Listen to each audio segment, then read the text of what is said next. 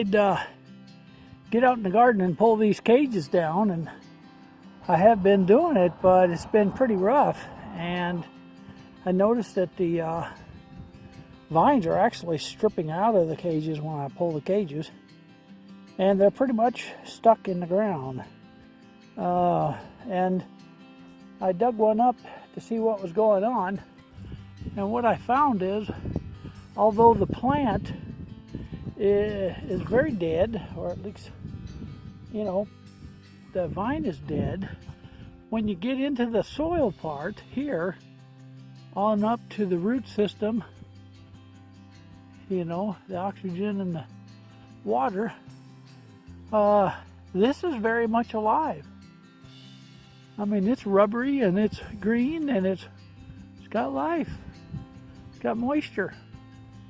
So I guess waiting until February or so to get these cages pulled down really isn't such a bad deal after all.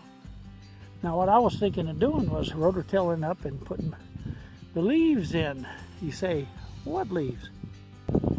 I went over to my neighbors and I took my mower and my grass catcher. Basically caught grass, but there was a lot of leaves in there. Not as a lot, but there was a lot of leaves, but that mower just kind of mulched it. So then she came over one day and she says, I'm going to give you some bags. And it started out with a little pile, which was, I think, this one right here. And I don't think there was that many, but that's probably 2 pickup loads right there. And then we had the third pickup load that ended up being thrown about everywhere. And then the final, which is on the side of that hill, that final load is what I just got the other day. Now I've got probably 5 loads. And then this grass clippings and lawnmower clippings, and you can see that there's pine nuts. So that's what I wanted to spread on the garden. And when I do some tilling, and I think I will anyhow, but now I've got to start moving some stuff off the garden, the paper and the bars and whatnot, all this stuff to make room. But I think what I will not do is I will not pull those cages down, because it's too much work right now. Now, if I wait till springtime, next spring, I can pull those over. Most of those vines will have shriveled up and gone. The wind and the rain and the snow makes most of it go away, and what's left is real easy to pull out. And I like easy. That's what I do. And right now it's just, oh man, it's a rope. And I've got some cutters, and I've been cutting, and I've been yanking, and I've been straining. I don't think I'll do that. But it would be nice to get this ground. See the weeds that have come up. We're going to knock that off.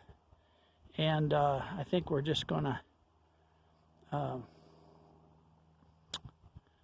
get this knocked up a little bit so that it will, I can kill some of this grass and stuff, these roots, for winter.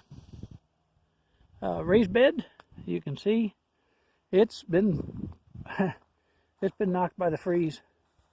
Now, kale, for you folks back east, you probably already know this, and maybe west, but this kale's got a lot of green on it, and I'm thinking of just cutting it. I was going to feed it to the chickens, and I haven't got around to it, but boy, there's a whole lot of live kale trying to grow there. And if I put a hoop house over the top of that, I think that'd grow. And what's interesting is this celery is trying to grow too, but it gets knocked. If I put a hoop house over that, it would grow. It's in the 40s today. Beautiful day. And I've just got to say that I got to get out And you got to do something on a day like today, because we're not going to have very many more.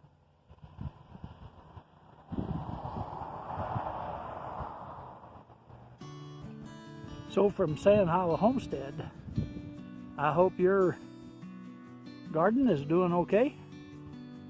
And doesn't look like I'm going to get mine cleaned up the way I thought I was.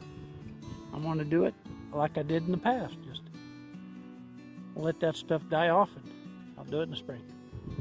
Talk to you later.